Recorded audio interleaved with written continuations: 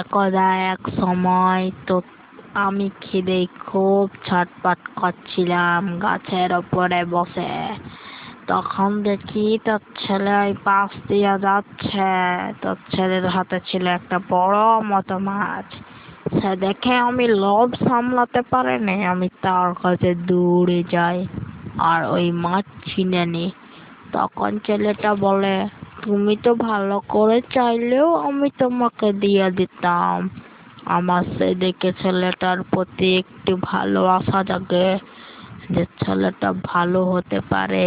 তাই আমি তাকে সব জিজ্ঞেস করি। সে বলে, আমাদের ঘরের অসুবিধা অনেক, তাই আমি আজ তোদের সাহায্য করতে এসেছি এখানে।